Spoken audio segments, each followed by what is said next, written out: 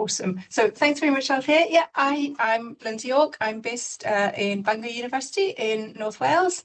And myself and Simon's going to chip in and probably correct me when I've gone wrong or remind me of something that I should have said or sort of done.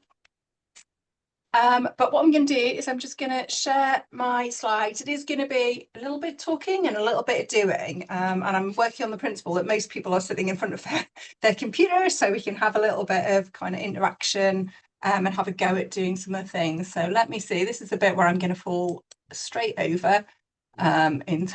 While Lynda's just doing that, just to say, if you have any questions, then please, one good way to do that would be to put something in the chat before you forget, and then periodically we'll stop and we'll have a look at the chat.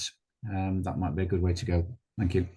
Brilliant. Thanks so much, Simon. That's really helpful. Yeah, so my plan is to kind of talk through a little bit. So we kind of entitled this, making the most of digital approaches, and I think hopefully we're trying to lead on from what Liz and Naomi did last week, and then providing a sort of jumping off point for what Simon is going to take forward in a couple of weeks' time. So effectively, my plan is just to do like a little bit of a brief background about some of the sort of digital approaches that I've kind of been working on, and some of the people in this group have been doing, just as a kind of starting point about what's possible. And then what I thought we'd do is kind of do some sort of practical. So we're not going to really do breakout groups, but I am hoping to share my screen and we'll kind of go through a little bit of OneNote, a little bit of Google Earth projects, and then we'll spend more of the time sort of on StoryMaps, which I love and I like creating. And again, hopefully we can do it sort of concurrently, and then we'll just wrap up and have time for Q&A at the end. That's kind of my working plan anyway. So just to kind of start really, I think, thinking about, when we're thinking about digital approaches, and I very much, it really did come sort of at the start of the pandemic. A lot of the sort of transition that I made was obviously to do sort of digital stuff, and I did start quite low tech, if that's a sort of way of describing it. But if we're thinking about different ways of engaging with students and getting them either to engage, prior to a trip or prior to a lecture or during a lecture and things like that, I really started with something that was quite simple. And I'm going to give a shout out to Liz Hurrell, who was the person who introduced me to OneNote. And that's kind of sort of where my gateway kind of was to this, and we will have a look at a sort of a OneNote example. I'm again working on the principle that most people have access to Office 365 through their sort of institutions, but it is a way of kind of creating something that's sort of participatory, interactive. You can embed sort of Padlet within it. Some people, not me, I haven't done it, but you can sort of create sort of escape room challenges. That obviously does come with a little bit more work, but really the idea is to set up something that really students can sort of work through, quite easy to access, could go back to kind of maybe reinforces learning, or at least tries and provides that equal access to information and preparatory stuff. So that's kind of my sort of gateway, I suppose, is this kind of idea of interactive participation through sort of tools. Obviously, something that I think a lot of people have kind of come across, and 360 cameras suddenly kind of sold quite a lot, I think, during pandemic. But actually trying to create some sort of interaction through 360 tools. Again, I'm not going to say very much about ThingLink. I know Simon's going to cover that sort of next time. But just the idea that, if we can use either sort of static flat images, or we have 360 images, it's quite a good way that we could use something that makes the site a little bit accessible.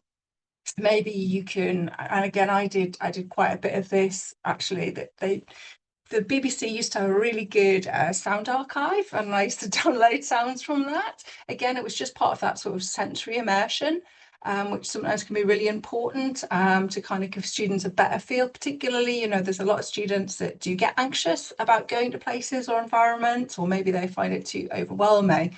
And something, again, that's just a simple kind of, sort of almost a 1D or a 3D, if we can kind of think about that 360, but just a way to kind of engage with the site, explore the site, you know, just really have that kind of sort of visit to kind of open up maybe conversations around sort of, you know, accessibility, or, you know, what it might be like in the field. And I think sometimes, you know, particularly, you know, I think a lot of us do field work.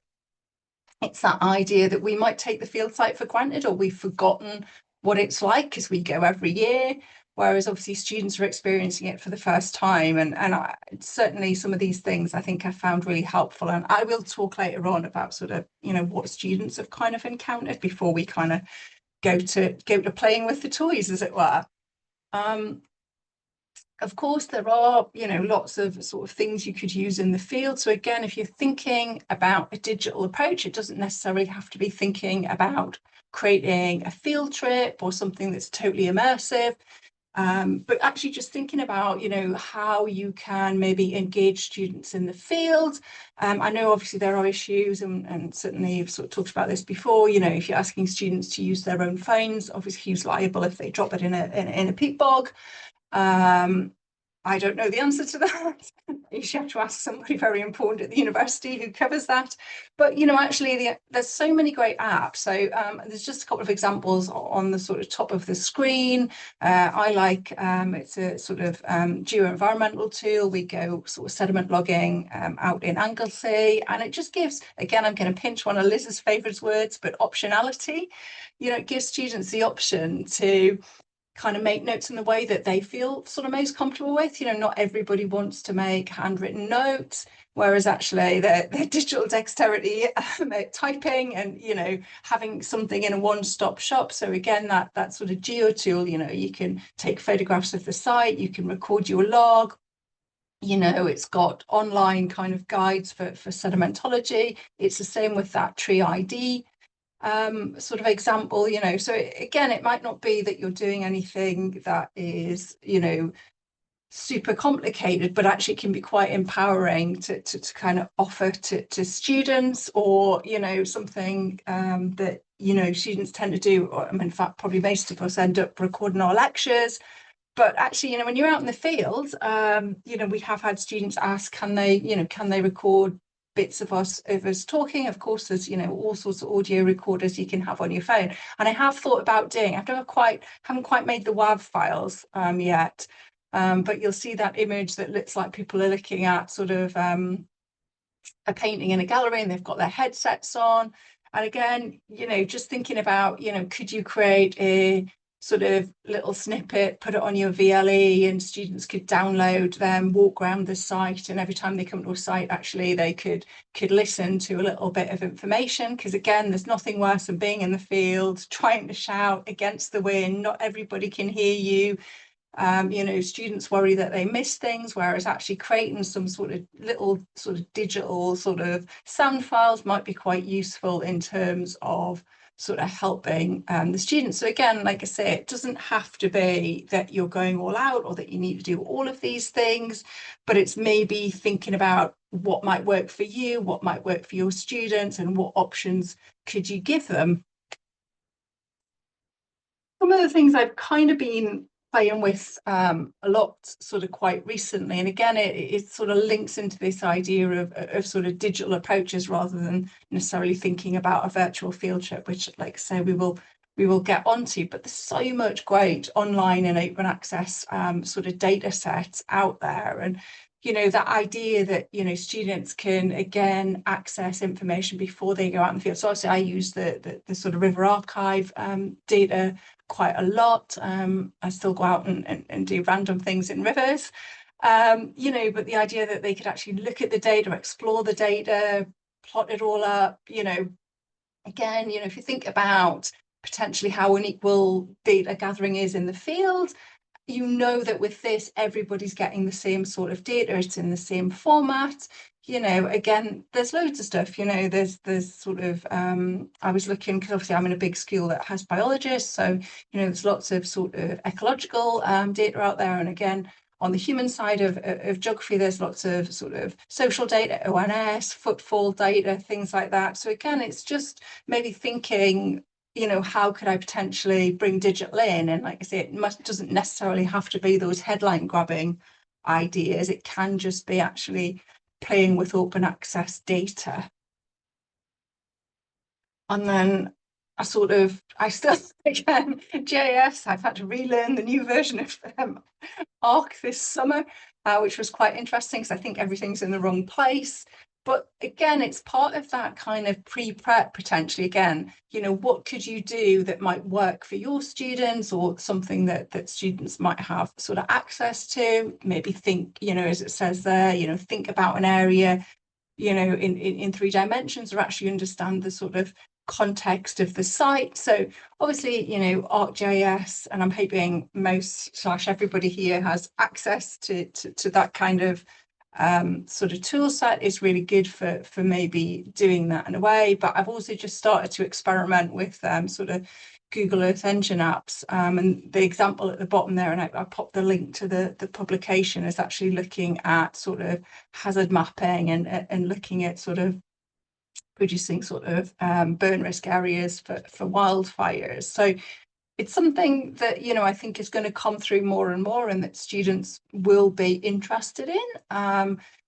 So like I say, it's not necessarily about having that kind of huge, great, really immersive amount of work, but, actually working with simple tools. Even, we've all sort of looked at, in fact, every time I have to drive somewhere I don't know, I usually street view it on Google, but it's that kind of equivalent of creating something that might be quite simple, accessible, provides a context, again, might open up conversations about accessibility. Maybe students will come to you with their concerns and things you might not have thought of. So I do like the fact that there's a lot of digital tools we can kind of just pull straight together without too much effort. And I know, we're always under pressure to kind of do new things, or but time is precious these days, and we're trying to do everything. That kind of leads me on, and we will come back to this, but the idea of creating sort of virtual field trips and field guides, and obviously we'll spend more time sort of in the latter part of this thinking about StoryMaps. And this is just an example. I use StoryMaps a lot. I use it with a lot of my sort of modules, and the examples on the slide there are all the ones that are associated with things that I teach. And again, I did it initially, I created them because we were in pandemic, I wasn't going out, the students weren't going out, and I had a load of photographs, and I needed to create something that would work and we could do as a live kind of simulation to being in the field. And it's kind of gone from there, and it's provided opportunities to go to places students don't go. But what's really nice about StoryMaps is, it works on a screen, it works on a tablet, it works on your phone. And we have had students that will have the StoryMaps in the field. They've looked at them prior to coming out, they have them with them, and it provides that kind of interaction. And then, of course, they can go back to them subsequently. So we will spend time sort of looking at how we can create this, and hopefully by the end of today, that's my plan, that we'll all have started to produce something that you can then work on and sort of build on through the things that come after this. I'm hoping that's probably going to, no, it's not going to autoplay. Good. I have also been experimenting with sort of staff-led videos and sort of pieces to cameras. The TV speak would go, just as a way, again, it was partly sort of thinking about sort of accessibility, but also, that idea that actually students can go back to it. It goes back to that idea of maybe they're missing things in the field. Again, you can embed these in all sorts of places. We have a YouTube channel for our sort of geographers here, but you can embed them in some of the other tools that we're talking about. And yes, it obviously sort of, you've got to be that kind of person that maybe you like standing in front of a camera, but also having the support. And again, I'll talk about how I did this a little bit later on, but I've done it where I've demonstrated a technique for sediment logging in the field. We've done it when I'm just explaining about this is North Wales, obviously in the background, I'm in Cymydwell in the Nant Franklin Valley, actually talking sort of through some things. And again, it's that idea that they can pause, rewatch, go back through. So yeah, I thought it might autoplay. And then the sort of immersive technology, I suppose, is something that maybe people talk about more, but maybe not necessarily have done. And it comes out of the kind of 360 sort of imagery. So something that I did with Des McDougall a while ago, it was sort of immediately post-pandemic, was to create a virtual 360 tour for sort of Cymidwell. And actually, he and I went and we walked all the way right up onto the Glittereye, which is, we would never take our students there. And then what you can see on the image is one of our students with the VR headsets actually exploring the site. And I have to say, I found it really fascinating. I went to the site, we filmed, we made all these imagery, and actually when you put the headset on, I genuinely was quite shocked. It was like being back there, and I was really quite impressed, and actually the positive response we've had, from the students. Again, it does involve investment in technology, to have VR headsets and, to go out and produce stuff. But, it was really good in terms of kind of giving students an experience of what it might be like, particularly if students couldn't go, say they'd missed because they had a competing, I don't know, hospital appointment, or, just physically. We do try and go to sites that aren't actually inaccessible, but, there are reasons why students can't go. So we want to kind of create that as real an experience as possible, so you could look around. And yeah, it was really fascinating just to sort of see how the students engaged with it. And again, I'll talk about some comments that they made in relation to that. And then really the sort of last thing I've sort of been experimenting with, and this is kind of at the trial stage and almost sort of next level in terms of kind of digital approaches, is we've been working with JISC on using a sort of private 5G network. So effectively, you can see on the image on the left is the tower that's broadcasting the network. This is at our research farm. So you create basically a Wi-Fi network that the students can log on to, so there's no issue with sort of usage of their own sort of data. And then what we did is we did a few different things. So we did some live streaming of the lecture. So you can see in the middle images, there's sort of students in the field, and Peter, who's from JISC, in the background was sort of live broadcasting that. And then you can see the image is back in the sort of farm building where we were broadcasting it. We also connected. We did have a lot of fun on this, but it was an interesting experiment. We could live broadcast from drone footage. So instead of just one person being able to look at it as they flew the drone, actually we were all able to kind of look at it because we could broadcast it back to the main sort of center. And we also, the ability of having this sort of 5G network was that, actually we could do data collection in real time. So we have a series of tablets that would connect to the network. We had some students making measurements in the field. They were actually measuring sort of tree data. They were all logged into the same Excel spreadsheet. They had somebody else in the sort of farmhouse, and they were basically concurrently dealing and processing the data at the same time. And again, this is just something that's kind of coming through, but I'm sure it's going to be sort of quite transformative in a way. But, that is really sort of, I suppose, the next level in terms of, I think, where we're heading with sort of these digital kind of approaches.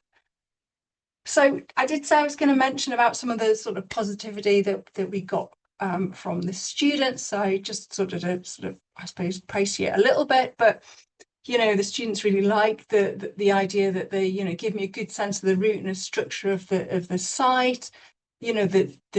I thought this was quite interesting what they said about the tablets. They didn't need to double handle the data, and they liked the fact that somebody was able to edit it and view it in real time. And I think that's something that's quite important, because I'm sure you're like me, that we always say to students when they're making paper notes or something, or make sure you can, this data means something to you, because when we're in the lab a week later, you'll have probably forgotten what those numbers were, or, you've forgotten to put, a meaning to it. And I think they really liked the fact that it was an instantaneous kind of transaction.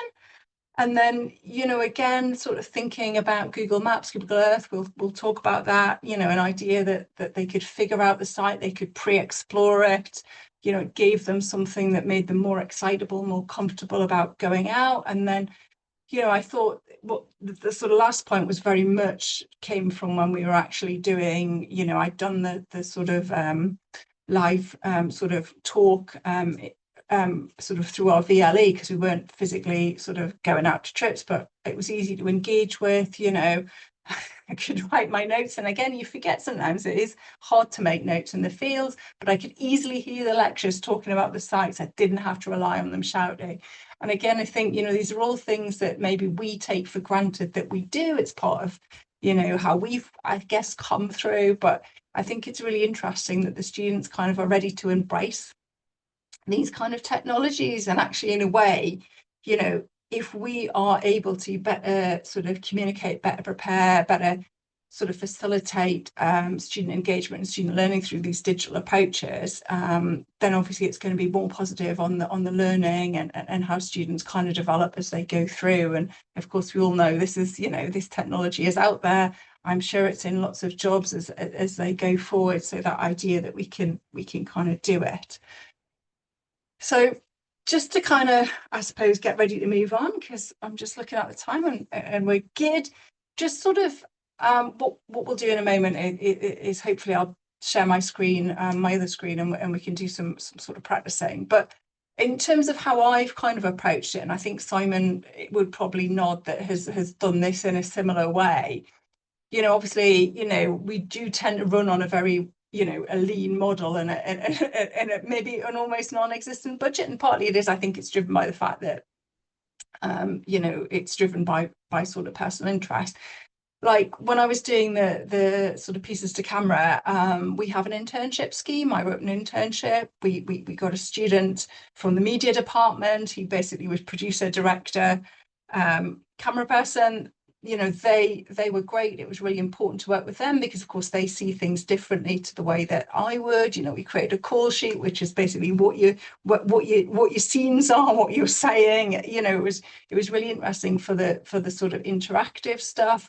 But also, I think that idea that, you know, that e-learning, you know, you can produce that learning on demand, and I think students want that. And I think if we can facilitate that in a way that kind of gets better engagement, you know, you can embed challenge into it. And again, I'll talk about that. And of course, all of these things are participatory in sort of different ways. You know, there's real participation. If, for example, you were doing a live broadcast and you could do Q&A from the lecture room to the field, versus maybe more passive sort of learning where you're just getting students to kind of explore a site through a 360 image or Google Maps kind of street view. So there are different ways to do it, but I want to sort of park that for now. That's kind of, I suppose, our context and kind of the things that we could sort of think about.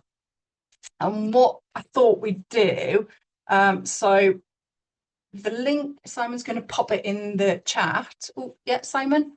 Yes, the link is in the chat, but I thought this was a good place to let you get your breath. But there was a couple of questions about, so you mentioned, so the first one was kind of a technical one. So you mentioned GeoTools open source Java.js toolkit. Is that correct? And is it available through the Play Store? I don't know that one. It is, which one is it? So it's on my phone. So it's called GeoExplore, is the one for field logging. And that, yeah, I just downloaded that app. So I've got an iPhone, so it just downloaded on, but I think it's probably on Google as well. GeoExplore. GeoExplore is the one, and it's like a freeware. So that's the one where you can do, you know, define rock types, measure dip and strike, take photograph, make notes, log a sediment, grain size analysis. That's quite a good one. Okay. So I found another one. It's in the chat. I went for the name, and there is another source. But if GeoExplore, so I guess you presumably can get, and is that free or is that paid? Yeah, it's free. And then there's also the other one I like is called Clino, which has got a compass Clino, which is always helpful, but also you can create a project, so you can create, again, notes and images. So again, it's like a digital notebook. I think it was created by the Norwegians, if I remember correctly. Yeah, so you know, link to maps, you can log where you are. Yeah, do some stereo net matching if you're So, really into geology, which obviously I'm so just Becky's already on it, and she's already downloaded the of duet, course. and I've asked her to put the link in the chat. Maybe she can also. I've commissioned her to find Clino or Clino as well. Clino. Yes. Sorry, Okay, so is that my weird accent? Clino, Clino. sorry, say again. Clino, Clino, as in clinometer. Yeah, yeah, Yeah. that's what I said. Who's got a weird Okay. accent? Yeah, Okay, but and then there was it definitely okay, came from some Norwegians. They developed it. I remember that. okay, and then there is another question, which is okay. If you have made a story map, if you have made a story map ahead of the field trip, would you replace the standard field trip notebook? So as in like a field guide. Yeah. Right. So yeah, so I still have I have what I've done is I'll have the story map, but because I've got embedded sort of challenge and active learning within that as well, I still have sort of I do still have like field notes, but I tend not to have as much because again, it's kind of I'm always conscious of like information overload as well these days, and that people don't want to read as much, even if you've got a screen reader that will talk to you. I tend not to produce as much, but again, it depends how you're using your story map. So are you using your story map as a field guidebook, or are you using your story map as a virtual trip? And therefore you've got some challenge. So I think you can mix and match, but I tend to use my story maps more as the guide virtual trip rather than as a guide. Or like again, we can have a look at some of my examples, like the Comidral trips, kind of a bit of both. It's got background and interaction, and then it's got the trip at the end of it. Okay, thank you very much. And Arles has put a link to Google Store apps to get the GeoExplore link there. So as usual, Liz is on it. Our Awesome. digital tools expert. Okay, thank you very much. Cool. So I just need to swap screens now, she says. So I'm just going to do very quickly talk through OneNote, which again is just it's something that I use to really support in-class learning rather than sort of I haven't used it for a field trip purpose, but I think it's like a good sort of gateway one, if that makes sense. So hopefully, did you share the link, Simon? I'm sorry. Yep, I did. Yeah. So People need to scroll up second chat down. So actually, if I sort of stop, this will be fun. Stop sharing that, and then I need to share my other screen because so hopefully now I'm sharing my OneNote with everybody, and then everybody has sort of access to it. So this really, I would say, is like your entry level. It certainly was my entry level, but as a way of sort of getting students to kind of interact with what we'd kind of covered in lecture. But again, because it's on a sort of Microsoft program, it's pretty user friendly. I'm not going to toy with anybody's intelligence by saying this is how you add in X because it's fairly self-explanatory. But what I particularly liked was that this was just related to one of my first year sort of courses. I've embedded a video. I haven't overcomplicated it. I've got a few explanations. I popped a pop quiz in because it linked to something that we talked about in class. Again, it was a little bit about reinforcing learning, but actually what I did at the end, which made it sort of a little bit more participatory, she said optimistically, was that I posed a couple of questions for students and I popped a QR code in because again, I use Padlet and some universities have a paid for version of Padlet. I just have my own version. So you can create like 3 for free and then you have to keep deleting them if you want to create more. But again, it was that, that sort of what I talked about at the get-go. It's kind of this interactive sort of participatory tool. Students could hopefully, and that was the idea, was that they would be in my lecture and then they could actually look at this. I did used to use OneNote, particularly when we were completely remote, actually. And it might be good if you do distance learning, that we could have interaction, because everybody could be looking at it at the same time. You could get students popping stuff in, a bit like the chat, but you could annotate it. I have used it so I do have a few of these. I just thought I'd share this one. But I've used it with students when we're doing hazards. I've got them to read some articles and then get them to kind of see the notes, and they kind of create that kind of shared kind of workbook. So like I say, it's a digital approach that's quite simple. It doesn't take too much effort to set up, and it's more really for that sort of interactive / supporting learning. It's just something that sort of, I think we found, I've had quite positive responses from the students, certainly sort of when I've done it. And like I say, in theory, if your institution has got Office 365, then you can basically create OneNote. And to be honest, I've even used it when we've been planning grants before with other colleagues, because you can create lots of different pages, you can have all stuff sort of assigned. So actually I find it's quite handy for all sorts of things. But I didn't want to say too much about that, other than that was just my example, and I'm always happy to share stuff as a starter. But if you were thinking of bringing in something and you just wanted to try something kind of low risk, as it were, then I think OneNote is quite a good way of doing that kind of low risk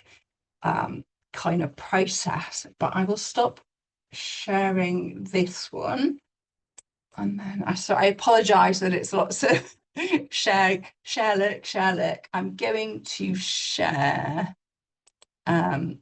Google Earth, which is the sort of next sort of level of things that we've been doing. So if I do that and I go, that was actually my Padlet, and I did get interaction. Like I say, don't necessarily get a lot of interaction. But for those students that interacted, it was really helpful. And again, you could actually do that live in the class, or you could potentially leave it open and students kind of go through, and then what to kind of devise. I mean, again, I'm not trying to toy with anybody's intelligence, but I do quite like using Padlet.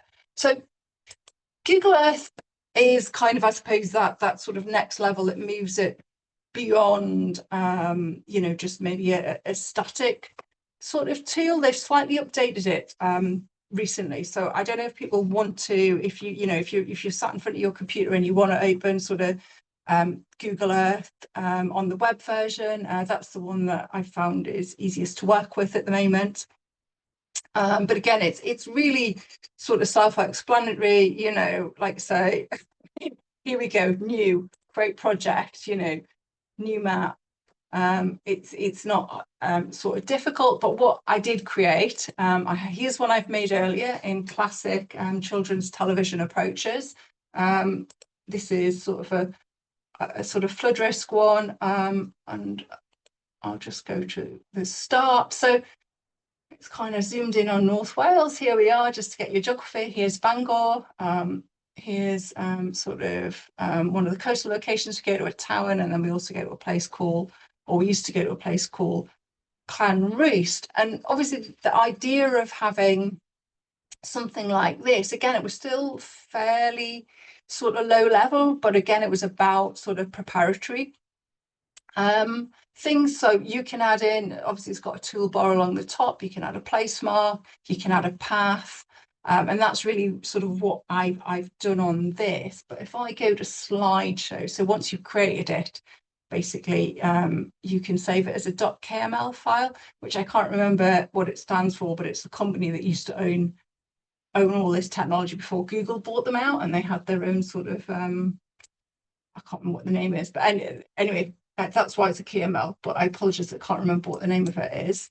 But you can basically follow it through. It produces a table of content. So, if I go to my next site, or I can sort of zoom into sort of Towyn, it will interactively move to Towyn. So you can see I've got some place markers. I've got some lines marked, but I've also got in this little box, I've got an image. And then again, I'm asking students to think about things. You know, I've given a bit of background information, but, you know, here's an image. What do you think about it? And I think, you know, what I really like about this, particularly because this site is, you know, it's absolutely at risk from coastal flooding, is, you know, you can see the extent of the caravan parks that are in this area, you know, and of course the impact is sort of illustrated in the sort of 1990 flood. But again, if you move in, it will, again, apologies, it looks a little bit blurry, or, you know, moving through, getting students to think about risk, but also you don't just have to have sort of static images. So I'm just trying to find the one. Yeah. So, you know, watch this video. So in the same way that, you know, maybe you might want to do it in the sort of OneNote, you can embed a video. Again, I'll show you how to do it in a moment, but it should open up and it will play, because actually you can just link to a YouTube video. So if I come out of this and I go into editing mode, so if I go to edit, not that one, hold on, Lynda. Yeah, and then if I find the page I want to do, so top of Sandbank Road, if you just, you know, let's say it's super easy. I want to add media, upload image, or add URL, or add photograph. So, you know, it's a way of creating something that you can put your own sort of guided information in, but also, you know, in a way that you can get students to interact with the site, because, you know, you've got the aerial imagery, you've got, you know, the street view, you can link to some videos. So again, it was a way of trying, this was sort of, I suppose, my next level. This is before I got to StoryMaps. I really explored the kind of sort of Google Earth projects, because it really does sort of create something that kind of already exists, and it's not too much effort. Like I say, the way to get it accessible to the students. So once you've finished it, you've created all your pages, it's all right. If you go to file and then you go export as a KML file, I used to just put the KML file on the our virtual learning environment, and then you get the students to effectively download that to their drive, and then of course you can import from drive, upload from device. So again, you create the KML file, make it available to the students on your VLE, and then the students can access it, go back to it, work their way through it in a way that kind of helps them, like I say, maybe pre-engage with a field trip, but also that it isn't just like a static, you know, it's not just going, oh, look at Google Earth, walk down the high street. I've tried to embed some challenge, and I've also tried to kind of link to some sort of rich media, for want of a better description, that kind of, you know, has got imagery or it's got videos, and like I say, posing questions to the students to add that kind of, I suppose, dynamism. So it's not just something that's totally passive. They do actually have to interact in a way, but it's sort of low level interaction. Okay, I'm going to stop sharing that. What I want to do, I don't know if there are any more questions coming in, Simon, when I sort of just get my other slides back up. At the moment, it's kind of a self-help scheme going on here, because people are finding links and sharing links. And so KML stands for Keyhole Markup Language. Thank you, That's it. Wood. So yeah, no, there's no specific questions at the moment, but some discussion around the links people are sort of finding and sharing. Oh, that's brilliant. So yeah, I will create a version of these slides as well. I'll create a PDF version and share. You know, they can be shared at the end as well. So that was just my getting started with YouTube, you know, Google Earth project. There is obviously, as with everything, there are links on how to do it. And I find at the moment, I find YouTube guides particularly helpful for sort of learning how to do new things. But what I'm just going to do, so then we can have a play with it again, I'll just talk a little bit through StoryMaps and just the kind of how to very quickly sort of hit the ground running. And then I thought we could all have a go, especially if everyone's sort of online, at kind of just starting up a kind of story map of your own. So story maps are basically part of, the ArcGIS. And if you have got ArcGIS as part of your institution, then you will be able to access story maps, but you can sort of create a personal sort of site. There's loads of kind of how-tos, basically ArcMap sort of provide. And like I say, I use these much more as a active, preparatory, challenge-based kind of thing. Rather than just a kind of guide to the field, but genuinely you could just use it as a field guide. So again, I know Liz and Naomi talked about sort of storyboarding, and I think, if you're going to do something like this, then actually just planning out your virtual trip so that you know what you want to put where, or how you kind of see it going, I think is quite important. And I mean, I'm not saying you have to be, this is not next level producer stuff, but just that idea that like most things when we plan lectures from scratch, just storyboarding out what you want to do can help kind of make it work, because things that maybe you might have done in the field don't necessarily translate so well to kind of that virtual environment. But yeah, if you've got basically a university account, or you've got ArcGIS as part of your university packages. So I have two logins. You can see I have actually got my own university account. But what we get the students to do, and what I'm hoping you might all be able to do today, is that you can have your sort of university sort of URL. So ours is Priv Bangor Uni, which you can see is also in my ID, and then you just click continue, and it would log you in. So whatever is your university sort of URL, I'm sure that will work, she said optimistically, but you can create a public account if you don't actually have access to that. And if you use it a lot, it's definitely worth asking the IT bots if you can have your personal account, which is what I did. So it's very sort of intuitive, like I say, and partly I put these slides together just so it's kind of, like I say, it's a little bit of a how-to. You can see I've obviously sort of got a lot, but once you're logged in, create story. It's sort of not super complicated. I generally tend to start from scratch, but actually you could use sort of quick start will get you sort of off the ground. And I thought actually what might be helpful, and I'm hoping again Simon, my super helpful colleague, will be able to drop some story maps into the chat so that people would have a quick look at what I've done. Mine are all publicly accessible before you maybe think about sort of having a play. It's great because actually you can set up the design from the get-go. So it is, like I say, it's not super complicated. Click on design, it gives you a sort of cover, and again will get you to have maybe a look at some of the ones I've done. You'll see I sort of follow a standard sort of Lynda format. What's really good is, everything's so easy these days, right? Click a button, find a paragraph, add a paragraph, drop down the menu. Do make sure that when you sort of create these, that you give it a heading, because that's picked up by the navigation bar, which you can add in. So at the top of all of mine, you'll see I have like a navigation bar that runs across the top. So, once you've added your first page, your sidecar, as they call it, will appear anyway. So that's why I just tend to start from scratch, and it just kind of works. And then, click and add. It's super simple. You can add in maps. Obviously I've just gone nice North Walian one because that's where I'm based.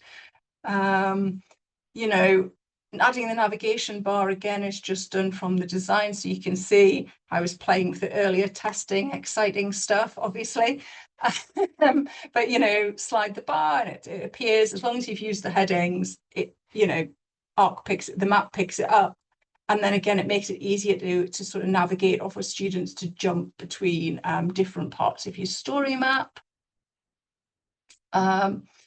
Something that I've been doing a lot more of quite recently is adding sort of alternative text to all of the images. Arc actually allows you to do it. Obviously, it needs to meet particular kind of requirements. So this is an image, instead of me trying to think how I describe me in the field, actually, well, my colleague who does the website told me, so we all have, if you've got Teams, it has Copilot, which I know is AI, and we could have a whole conversation about that. But actually, if you sort of upload the image to Copilot and you just say, I'd like some alternative text that meets AA requirements, it effectively comes up with that sort of description, which you can then add if you use settings. You can see the little symbol and then go display means you can assign sort of owner credentials. So if it's, the photograph's taken by yourself or a colleague, or it's taken from somewhere else, but also then you can add in the accessibility description. So it gives the alt text, so actually it can be read. And I found that quite sort of helpful to do. Obviously, Simon is going to think about ThingLink and explain it to you. But this is, again, just an example. This is from my sort of Norway tour, where you can actually sort of link some of these tools together. So it's not just about building your story map, or embedding videos, but actually you can embed sort of the ThingLink sort of tools. So like I say, I'm not going to say any more about that. I don't want to steal Simon's thunder for next time. I've added in drone footage, either again from YouTube videos. That's what, again, this was the sort of Norway sort of example. Again, this is a site that we can't take our students to, but I teach glaciers as part of one of our first year modules. And in order to sort of help the students kind of understand those environments, actually, I think just adding these things in, again, supports learning, but also gives that kind of sort of experience for them. I do try and engage the learners. And like I say, when I was saying about the sort of Google Earth projects, can you add some kind of challenge in? So here, this is just an example. This is obviously taking an image from drone footage, but, I've given an explanation, and then I've kind of, given them a little bit of a challenge to do to kind of get them thinking. So again, it's about moving from that static kind of, oh, that's an interesting image, to actually thinking about sort of, what that image means. And again, if you click on the image in StoryMap, it becomes full screen rather than, the kind of side text and the smaller image. So, trying to sort of scaffold that learning, make it, like, say, more interactive rather than just sort of passive. Publishing. So obviously, once you've created everything, you probably want to publish it. Like I say, I make all of my stuff like publicly available, but say you only wanted to keep it within house, then you can just say within organization on the drop down menu. But like, it's quite nice to, if you've done something, and like I say, we often have, a lot of schools come to a Comedwell particularly. So actually it's quite handy. We know that they look at this as a kind of, because Zim did our first years, but you can put it out there, or you can just keep it within your sort of institution for that sort of purpose. What I do tend to do is, I always have a description, but I also have a terms of use on that, because again, like I say, it just sort of lets everybody kind of know. Like you say, you can see when I first created this, it was sort of, I've changed it since, and it's reset my view count.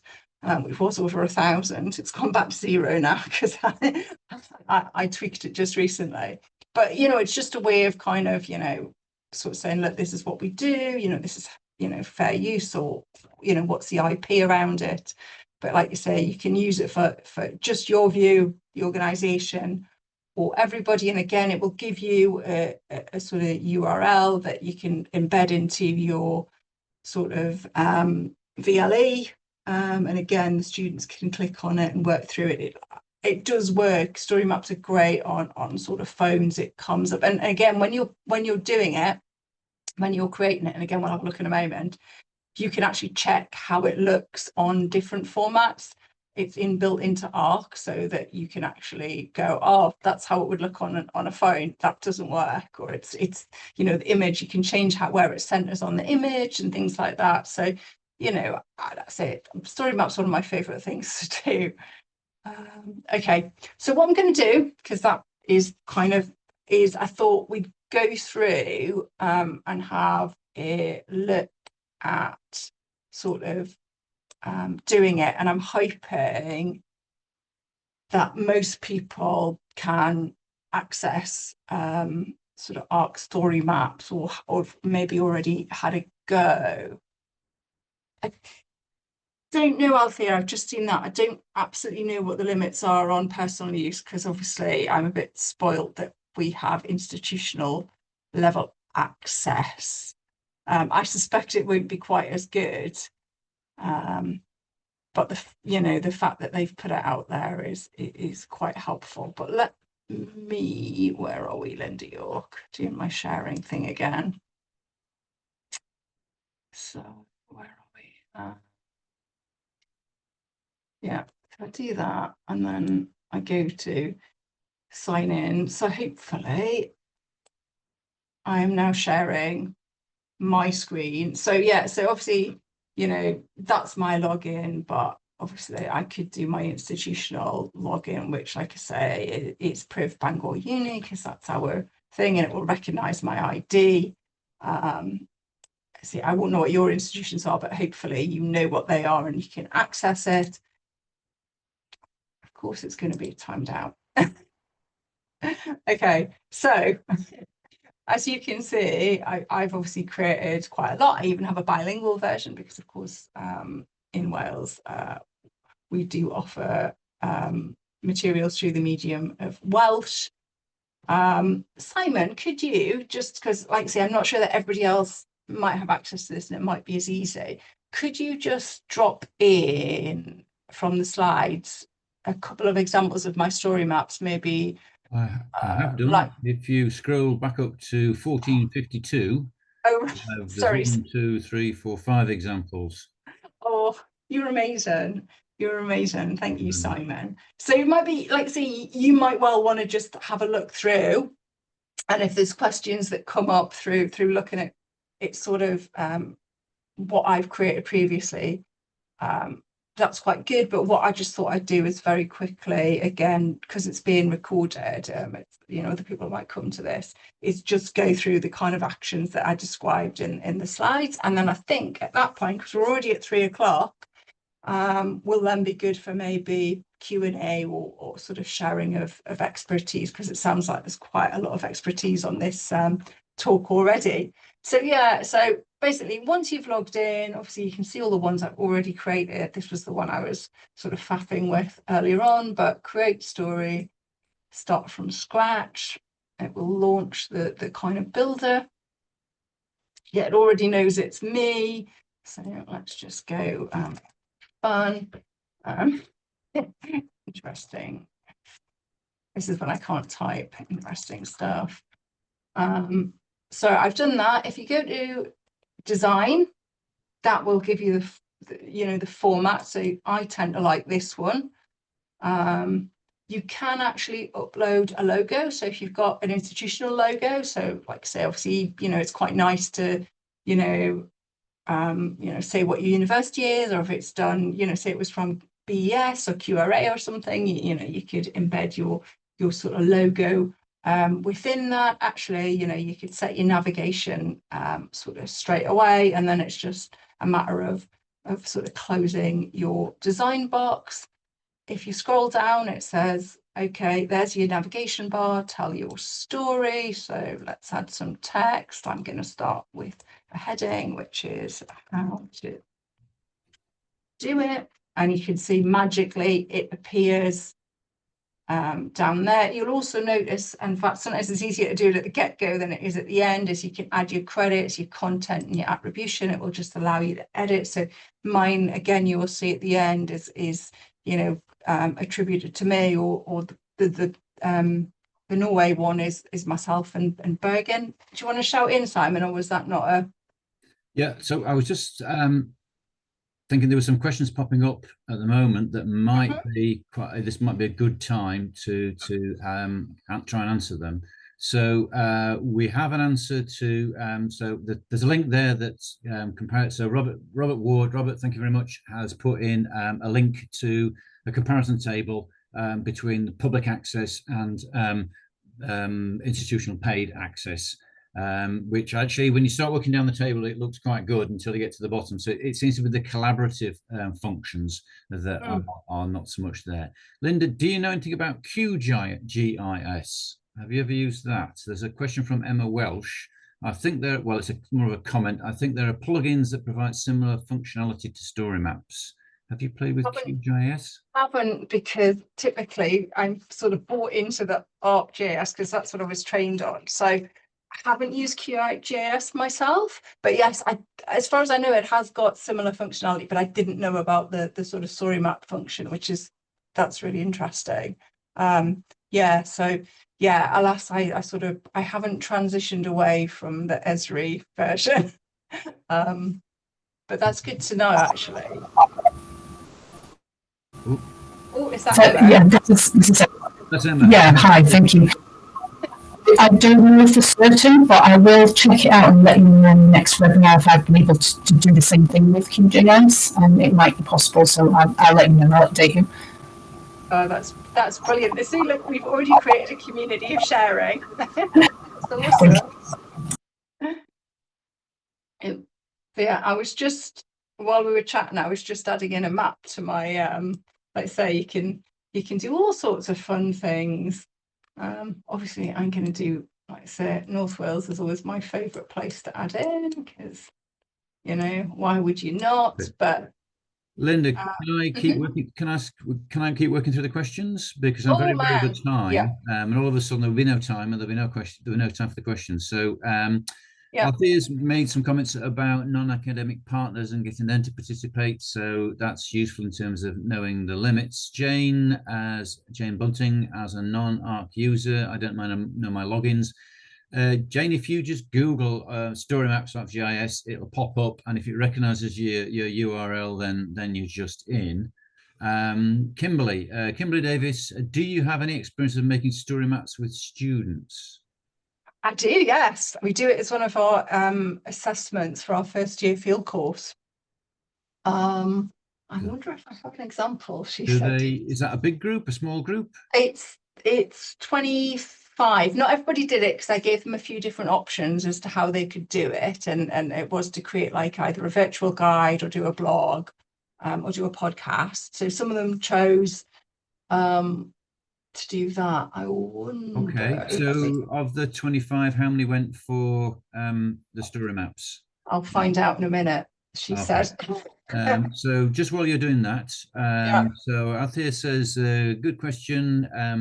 Or participatory Google Earth projects. I like co-production ideas for OneNote. And just so, again, the question, have students co-created using OneNote at Bangor? I haven't used it for creating stuff in OneNote. I've used it interactively with them.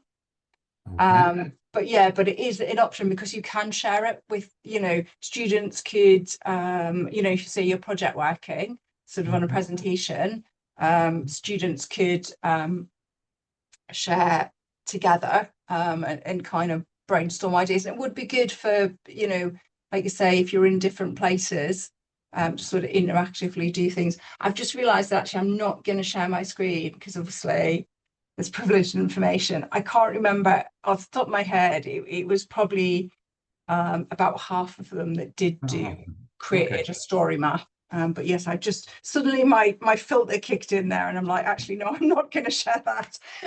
Okay, it's okay. At least it came in the right order before you said it rather than after. So just one final comment on the co-creation participation. That's one of the things that ThingLink is really good for, and one of the things that I'll talk about in my session in October.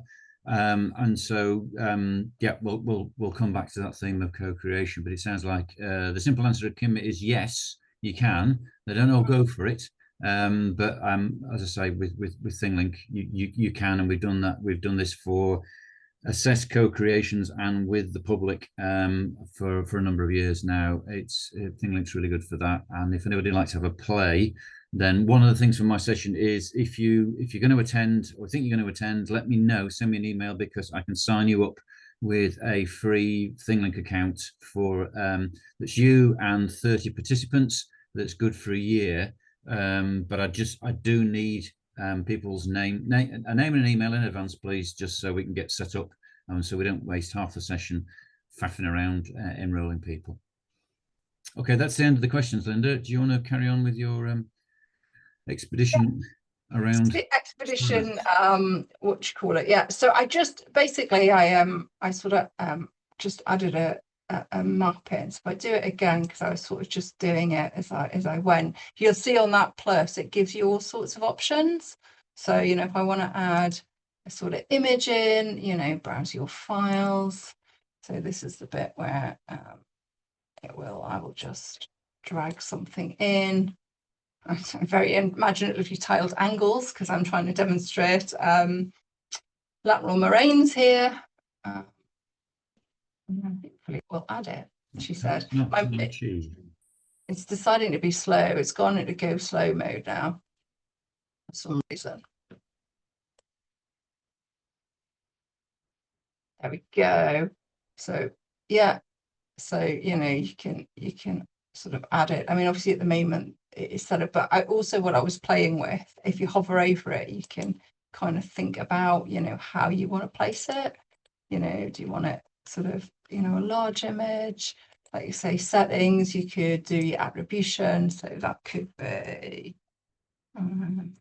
right, you know, so I'm just, you know, or like say, I did try and get it to write alternative text for this earlier, but it did produce some interesting, not quite what I was. So I did have to edit it. So, you know, in terms of how you do it, my sidecar seems to be missing, which is really annoying because it was showing earlier. So I just want to get, that's my gallery, that's not what I want. I'll full confession here that mostly how I do stuff is by playing. I'm not, which is probably not good when I'm trying to explain something. It worked when I was trialing it earlier on, that my sidecar just appeared at the bottom of the screen. And for some reason now it does not want to appear. I wonder if I had another heading. Hang on, let me just do some more text in case. Like I say, half of what I do is working out what I'm doing. So page 2. Oh, okay. So yeah. So it's showing it in a scrolling format. That's why I haven't got a sidecar. But then that's how you can add the pages. What else do we need to do? Like I say, I mean, most of it is super self-explanatory because, you know, you can add separators if you want to split your text up. You can embed sort of charts and stuff, basically taking sort of data, which you know, if you do a lot of stuff on Arc, which I tend to do it this way, but I think some of the things I was talking about at the get-go, some of the interactive, you know, looking at data, you could actually sort of link it. I haven't done it myself, so again, full disclosure there, I think it's possible, but I haven't tried it. You know, look at that, we've got a sidecar. Oh, that looks nice. See what I mean? I can just play. There you go. Now I've got my sidecar. You see, there's always method in my madness. So click to add new pages. Basically, continue your story. And then once you've kind of got it, you know, whatever you want, like I say, images, code, whatever, it is literally just a case of publish, like I say, private organization. Everybody, obviously I'm going to leave it private now, click publish, and it's kind of done. And then of course, because everything's sort of super interactive, you know, you can kind of get a QR code. Again, if you're embedding stuff into lectures, then, you know, sometimes that's the way to go. View your story or go to my projects. Like I say, I mean, I've got quite a lot. So I love my Norway one, obviously. So you can see I have my corporate sort of image on it. And then, you know, you've got your sort of toolbar to go through and kind of do it. And I think I did at the end, yeah, sort of, I embedded a little digital badge because it was to try and engage the students. But you can see at the bottom, I've got, you know, who basically funded it, and then I've got my attribution at the end, so everybody kind of knows who did it. Like I say, it's quite popular just for the students because it's kind of nice and easy. And there's my pothole. you know, like I say, if you click on it, it will open to a bigger screen. You know, we can look at the virtual landscape. My virtual tour. So we don't use ThingLink anymore here. We use Certi, which I think some of the institutions do use. So again, it's sort of slightly different, but you can click and interact, and it will give you information. So you can again add sort of embed all sorts of stuff. So you don't just have to embed ThingLink, but I know Simon's going to talk about ThingLink. That's probably the smoother version. But this is what we use sort of here. And yeah, I mean, literally, you can see, you know, this has got a bigger level of challenge in this one. I've added more text, I've added some questions. But I think because it's 1:15 and it would probably be nice not to be just looking at my screen, that I'm going to stop sharing that. I'm just going to return to my slides. Wherever we are, Lynda, story share.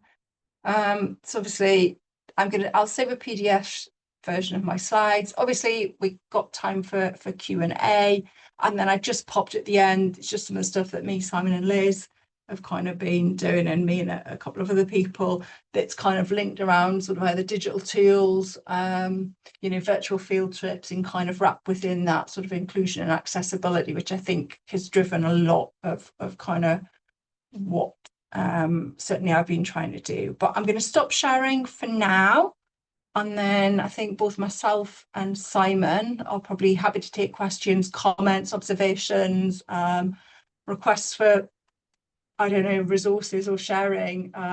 Yeah, does that sound all right, Simon?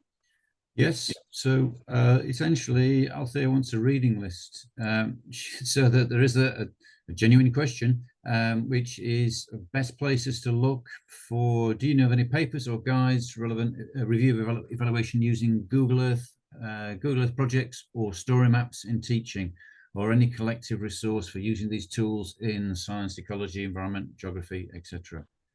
There, I have got a whole list of, there are definitely, I've got a whole, let me just have a look. I've got a Google library, Google Scholar library of digital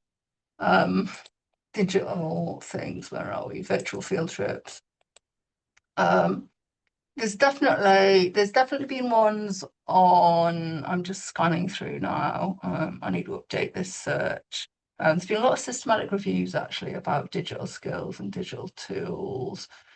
There's been, there was an American group whose name I forget, but actually they were the ones that first introduced me to Google Earth projects. That definitely sort of looked at using Google Earth. I can't find it off the top of my head, but I know there is quite a lot out there. My list is quite extensive, my Google library. Liz Hurrell has put something in which is a link to the example you gave earlier on, I think, using Google Earth engines to teach burn severity mapping wildfires across Bhutan, which is in Geography Teacher. There have been a number of publications that cover digital tools and fieldwork, and digital tools for fieldwork, etc. I guess that's kind of a function of the fact that there were two NERC-funded EDI projects, plus a lot of people doing their own thing during COVID, and that's kind of, I guess, it's just timely that that's got written up and published. So maybe that's something, Althea, that we could add post sort of an appendix to the YouTube videos. Can you have an appendix to a video? I don't know, but you know, as a resource, if we can put out a call to collate. Yeah, that would be great, because I guess I could see some of these things, exploring them I could spend ages doing that, but that's why I'd want to make sure that I actually had a reasonable idea before spending that time. That's why I thought just reading up on, you know, lessons from other people would be really helpful for efficient time management. Yeah, there's lots of well, the Bhutan, for example, there's sort of project specific examples that have been published, but actually there's not a lot of guidelines out there for sort of using digital tools. At Salford we have a little ThingLink group, and working mainly with people actually in the health school, They are sort of, because obviously one of their things is accessibility, as is everybody's, but they've actually been challenging ThingLink to say that some of the things that are supposed to make it more accessible don't. And then ThingLink have gone back and made some corrections. This is to do with color contrast in the fonts and the availability of fonts and things like that. So sort of digital accessibility. And there's also a group in the University of West Bohemia, Czech University in Pilsen. And they have they like a lot of Central Eastern Europe, well, maybe a lot of European countries. They teach geography, but they also teach geography teachers, and they do a lot of that digitally. And so they have some funding to try and write some guidelines, some best practice guidelines, funded by presumably the Czech Research Council or the Czech Teaching Council. So they're actually trying to collate best practice and put out some recommendations, some guidelines as a sort of a very, I guess, esoteric level, pedagogical level, but right down to sort of more practical things like font size and image size and alt text labeling, etc. But it's kind of something that there are no digital police out there. It's just, I guess, people using stuff and getting feedback from students saying, well, that's all very nice, Simon, but we couldn't hear you, or that bit's tiny, or you do realize that white writing is on a snowfield, or I would recognize that obviously, but just things, custom and practice. But there's probably a piece of work around trying to, collate and then disseminate just practical stuff / good practice to make what's designed as accessible, increasingly accessible as accessible. 100%. I mean, I found that with the StoryMap, when you're looking for particular fonts or fonts that are accessible, it doesn't, like, Open Sans is my go-to font. I'm dyslexic, and that's the one that really works for me, and you can't get that. And yeah, so they sort of have this kind of, accessibility, like say that the alt text is something that's come in and that you can kind of for your imagery, but actually I still find some of the text that you can write with is not ideal. So yeah, I think there is work to be done on that. But yeah, there's been a lot of sort of systematic literature reviews that have looked at kind of sort of that technology, and it's just, I suppose it's finding the good ones. And a lot of stuff's been done actually, particularly coming from the US actually, on sort of the high school kind of learners, or the middle schools some of the states I think have that looks at kind of using VR or things like that. There's definitely been stuff written from the geology side. That was the Americans I was thinking of. Yeah, Simon. So trying to do my job properly here and not miss Kimberly's question. Would Kimberly like to read this out, or shall I badly read this out? I can see it too, actually. Okay, you read it out then. So how long does it take to make each storyboard or Google project?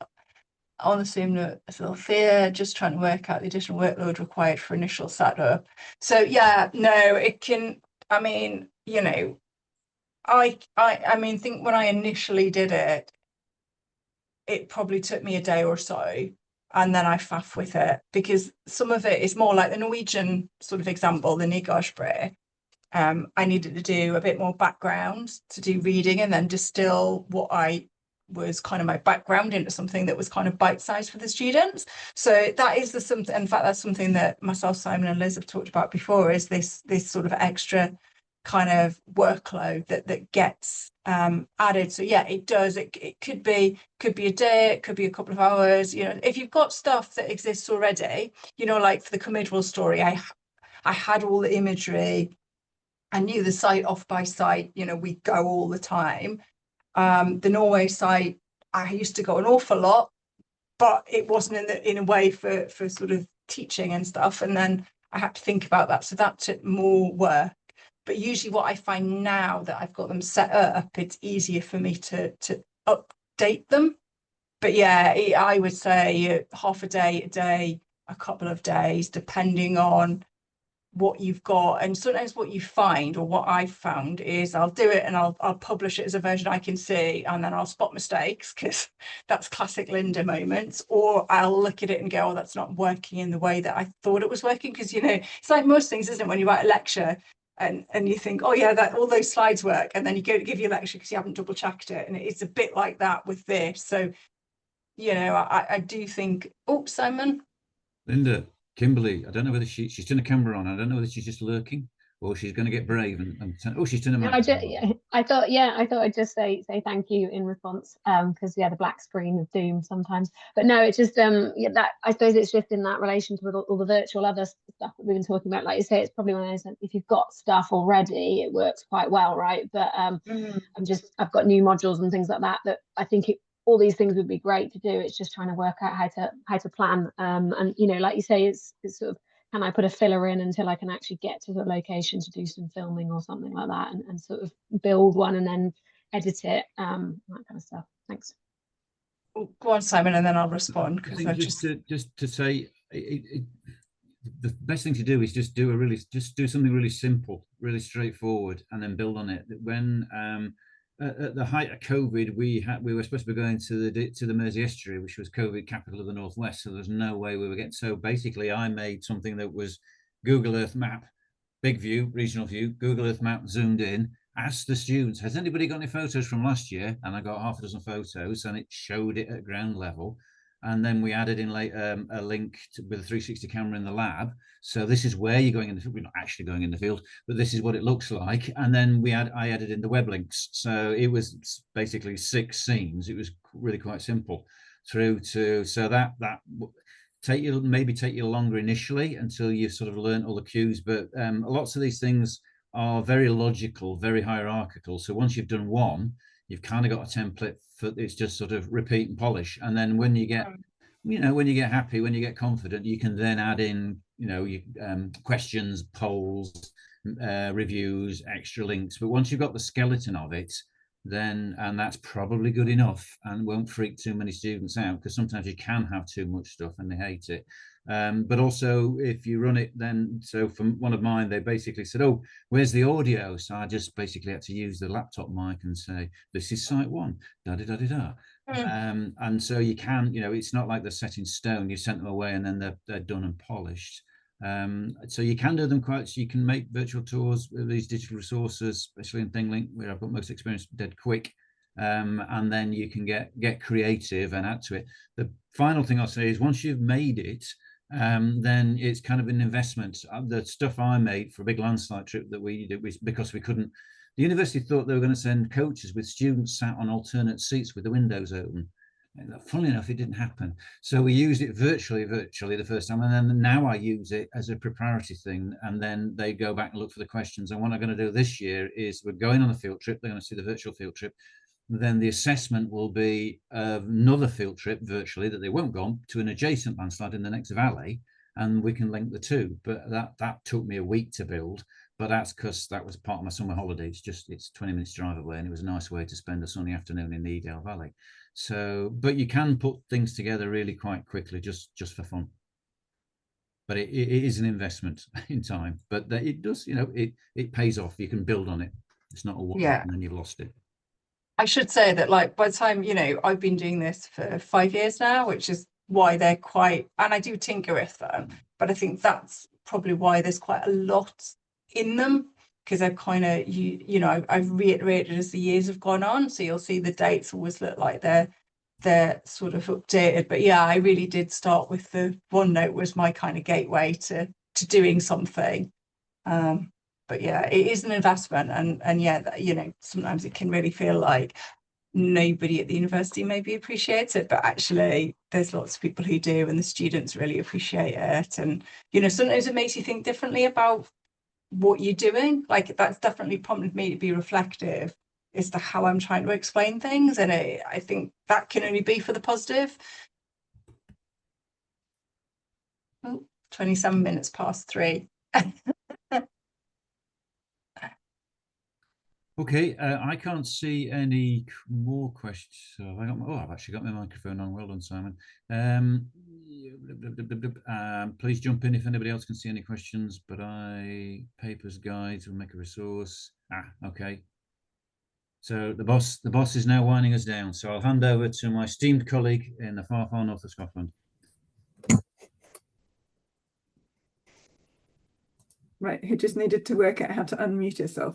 So just to say thank you so much to Lynda and Simon. I think that built really nicely on the storyboarding and learning objective ideas that that Liz and Naomi introduced us to a few weeks ago. So, and as has already been mentioned, Simon's going to take the lead in a few weeks' time to think, you know, what would be a next step on to produce even more interactive materials. And as you've heard, ThingLink is going to be a key part of that. And then our fourth webinar will really to look across this material, but also ask questions, hopefully answer some questions from people attending to hear what does seem to be working, where do we need to tweak things, or where, you know, how do we develop good practice without going through the same inventing the wheel, learning through trial and error ourselves. So as I said, we hope that some of you will manage to join us in the next webinars, but if not, the materials, as I've said, will be made available on YouTube.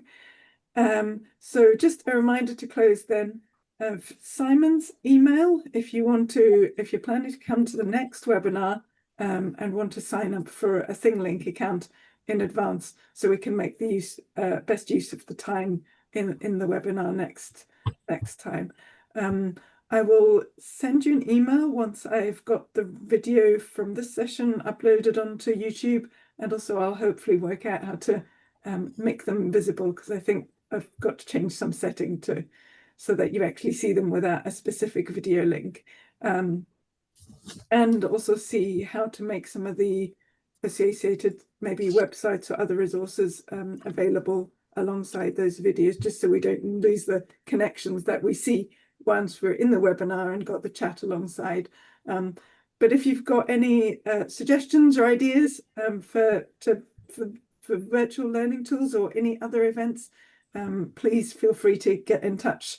That email at the bottom of the screen, paleo@britishecological.org, will find its way to me or to Jane Bunting, and we're very happy and keen to hear ideas for more community events.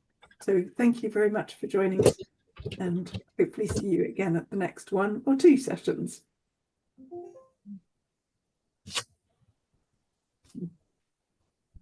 Thanks, Althea.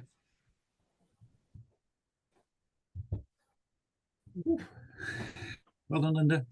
Thank you. My voice sounding too, because I've got my strep sores. So, if you want me to send, I've already made a PDF version, Althea, of